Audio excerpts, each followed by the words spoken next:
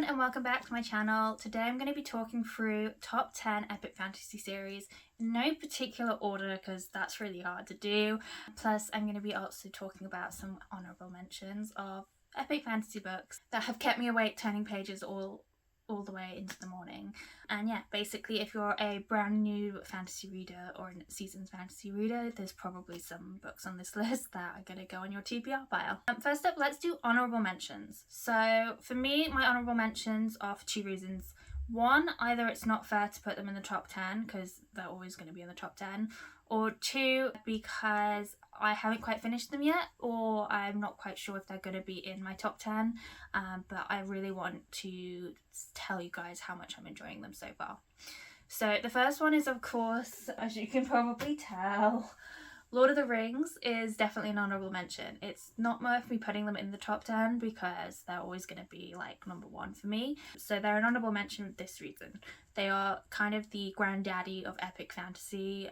So many of the other books on my list are kind of inspired by Tolkien in some way. Next up we then have Mistborn by Brandon Sanderson, and this is because I haven't finished the books yet, but again, this is one of those books that's consistently, well, this series is consistently said as like the top 10 fantasy books of all time, and I would agree with that. I think the magic system's really great, and I think having that kind of in-depth magic system is something that a lot of people try to emulate with their books as well.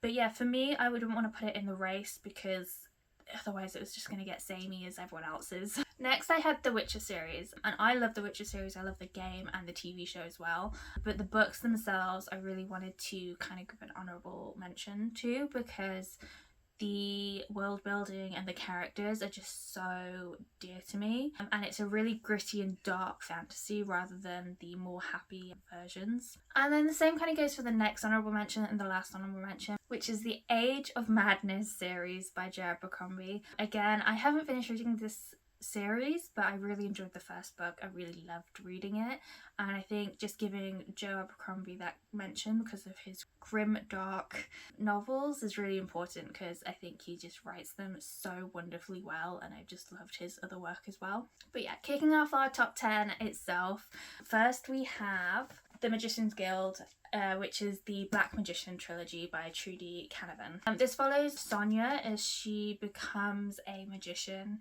because she's found to have magical abilities despite living in a slum, and basically she must navigate this new life being a magician. There's a lot of politics involved, and there's lots of really interesting things that happen throughout the book, and I recommend it to everyone just because I read it when I was in my early teens, and it's one of those books that I've never really forgot, and it's probably one of the first epic fantasy series that I read like cover to cover, back to back. We bought each of the books from Trudy Canavan after that as well, so it was an author by author for me. It's also like a step up. So obviously when I was a kid I was reading Harry Potter, and then we went to the Magician's Guild, which is like another take on a magical school, but it's way more adult in theme and it's just way more interesting. The magic itself was really in depth. The characters had a lot of emotional depth to them. And yeah, we still got that kind of outside in perspective of Sonia, who is new to the magical world. So yeah, I really enjoyed that. But then number 2 is A Song of Ice and Fire, which is the Game of Thrones series by George R.R. Martin. I now have these beautiful covered ones. This is just the first book, and it's really quite hefty. And the reason why this is on my list and not an honourable mention like some of the other books is because this is the book series that got me back into reading in my teens. So I've always been a reader, but I was binge watching the TV show basically, and I was like, I want to read the books, and then we got the box set and I literally read them like cover to cover for that summer. I just enjoyed them so much. But yeah, if you're not already aware, it's about Westeros, which is a kingdom that's got a lot of politics going on. There's main characters Dany, who has dragons in the, if you've seen the TV show at all, and there's some other like magical goings on, and I'm gonna have to put this down because it's too heavy. There's some magical goings on in other areas of the world as all these power plays for the crown goes on. But yeah, it's definitely well known for like the power play politics aspect, but I really actually enjoyed the fantasy dragons. I really enjoyed kind of the mentions of the wall, the wildlings, and there's some kind of interesting going ons that I don't think were portrayed well in the TV show. But yeah, don't want to spoil it for anyone. But this is number 2. Number 3 is going to be a controversial take, I think, but it's the Roots of Chaos series by Samantha Shannon. I read Priory of the Orange Tree. It is a hefty book, but I read it in a few sittings. I just really enjoyed the entire premise. This again has dragons in it. There might be a running theme through my top 10, but there's this book, which is the original book, and there's also a prequel book. So whilst it's a hefty book, it's not a huge series like some of the other books on my list. But I just really enjoyed the world building. There was so much depth to what was going on in the different like factions happening and what point of views we get for them. And obviously there's the dragons, which were just amazingly written. And then number 4 we have the Wheel of Time series by Robert Jordan. This is the first book I have the world in this gorgeous edition. But I love these books because they have kind of this really good world building. The magic system is complex. There's kind of a matriarchal theme throughout it with the characters and how men are not allowed to use the power, and it's one of those books that really brings to life, similar to Lord of the Rings, it's this light versus dark aspect, good versus evil, but it really brings into perspective that not all the good characters are fully good and maybe not all the bad characters are fully bad. There's a lot of character depth in them. And yeah, I just really enjoyed the books that I've read so far. I haven't actually finished the series, but that's how much I really enjoyed reading them so far. Yeah. At number 5 is The Demon Cycle by Peter V. Brett. I don't have this book. I've read this actually by audiobook. I think I've really enjoyed the narrator as well. So if you have Audible, definitely check them out. But basically this series is humanity is kind of overtaken by demons, and the only way to keep them at bay at night is to have wards around your house or your dwelling, and a lot of the kind of cities have wards around the city barriers so that you can still like live your life without fear of the demons coming at night. And the Demon Cycle series kind of follows characters as they try to get rid of the demons and fight back. And one of the really key interesting things is that people start to use these wards in more interesting ways, and the magic system to kind of fight back against the demons is just really interesting to read about.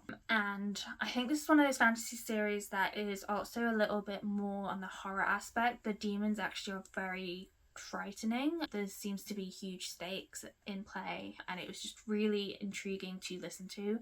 It was a great like audiobook just to like get into reading as well when you can't read yourself, such as when you're on a commute or you're washing dishes or anything like that. Okay, so the camera cut off filming, so we're redoing the last 5 books. So number 6 is the Shannara Chronicles by Terry Brooks, and the reason why I love this and I kept it in my top 10 epic fantasy series is because it's classic fantasy in so many different ways, but then it's also got this really nuanced dystopian feel to it. It's kind of post-apocalyptic fantasy, which sounds insane when I say it out loud. It's not sci-fi in any way, it's fully fantasy. But it follows kind of the Shannara family across multiple different generations and different books as they fight against dark forces. There's prophecies, there's elves, there's different fantasy creatures, and yeah, there's ancient magic and epic quests, and there's so many different things packed into this series, and there's so many different books. So this first one, Sword of Shannara, is kind of the first of the first, I think it's this trilogy, no, there's 4 books in the first bit. So there's like multiple Shannara series within the Shannara Chronicles as a whole. There's so many different books, and if you pick up Sword of Shannara and you're like, oh, I don't really like it, you can pick up a different one from like a different trilogy or something, and you can enjoy them just the same without having that backstory. And I just find them really fun to read. Then number 7 is Michael Sullivan's Legends of the First Empire. So this is actually a prequel series to another series which I haven't actually read, but Age of Myth was the first book I read by Michael Sullivan. I just enjoyed it so much. There's kind of human and elf conflict as always, and then there's legendary heroes and prophecies that are happening as well. And for me, the reason why this is on my list is because for an epic fantasy series, You have the prequel series, which is this one, then you have the actual series by Michael Sullivan, but they're so easy to read. So if you just look compared to like Priory, this book is so much smaller than a normal book, and then it's also like not too thick. And I found that it was, oh god, it's so heavy. I just found it was really easy to pick up and read. It was a great commute book because it fits right in my hand, and I'm 5'2", I have very small hands. And the writing style is really accessible and quite modern, so it's not like Tolkien where you're struggling to kind of comprehend what's going on. And the characters are not just kind of stoic, they're very humorous and witty. There's a lot of light-hearted moments in this book as well. Number 8 is the Book of the Ancestor series by Mark Lawrence, and I would actually recommend Mark Lawrence in general to any fantasy reader. We have this series, which is Red Sister, Grey Sister, Holy Sister, and then there's also another series which I can't remember the series name, but it's got The Girl in the Stars, I believe, in it as one of the books. And that series is also set in the same world. So Mark Lawrence has built this really desolate ice planet. It has kind of this dystopian feel. Like there was, I don't want to spoil anything, but it feels like society has kind of decimated itself due to themselves, but also other things. And now they're on this planet that's being slowly covered more and more ice due to, you know, the planet. And it feels very real to life sometimes.